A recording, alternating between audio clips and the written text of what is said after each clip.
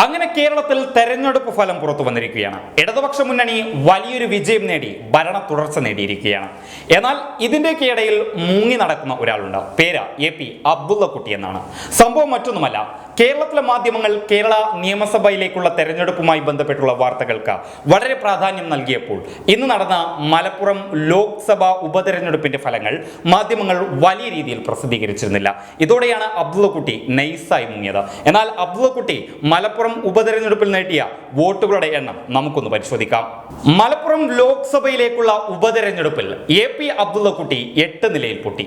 8 നിലയിൽ പൊട്ടി എന്ന് പറഞ്ഞാൽ അത് വലിയ സംഭവമുള്ള കാര്യമൊന്നുമല്ല. കാരണം AP അബ്ദുള്ളക്കുട്ടിയല്ലേ 8 നിലയിലല്ല 10 നിലയിൽ വേണമെങ്കിൽ പൊട്ടുക തന്നെ ചെയ്യും.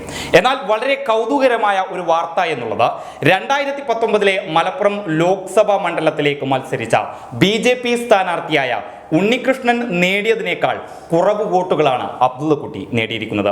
അതായത് 2019 ലോക്സഭാ തെരഞ്ഞെടുപ്പിൽ മലപ്പുറത്ത് നിന്നുള്ള NDA സ്ഥാനാർത്ഥിയായ ഉണ്ണികൃഷ്ണൻ നേടിയത് 82,332 വോട്ടുകളാണ്.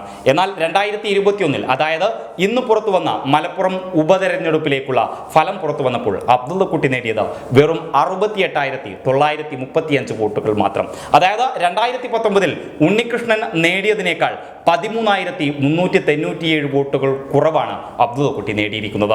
അതായത് ദേശീയ മുസ്ലിം എന്ന സ്വയം പ്രഖ്യാപിക്കുന്ന AP അബ്ദുള്ളക്കുട്ടിക്ക് മലപ്പുറത്ത് 2019 NDA സ്ഥാനാർത്ഥിയായി മത്സരിച്ച ഉണ്ണികൃഷ്ണന്റെ വോട്ട് പോലും കിട്ടിയില്ല എന്നുള്ളതാണ്.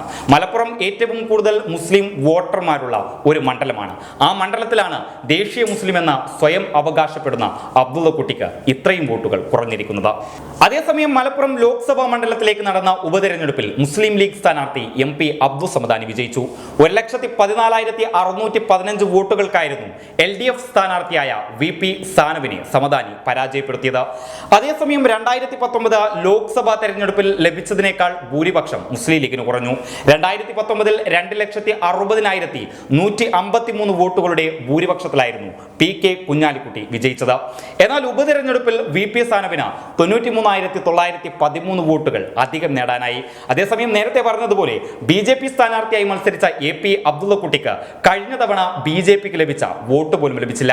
2019 BJP സ്ഥാനാർത്ഥിയായ ഉണ്ണികൃഷ്ണന് 82,332 വോട്ടുകൾ ലഭിച്ചിരുന്നു. എന്നാൽ ഉപതെരഞ്ഞെടുപ്പിൽ അബ്ദുള്ളക്കുട്ടിക്ക് 68,935 വോട്ടുകളാണ് ലഭിച്ചത്. അതായത് 13,000-ൽ പരം വോട്ടുകളുടെ കുറവ് എന്നുള്ളതാണ്.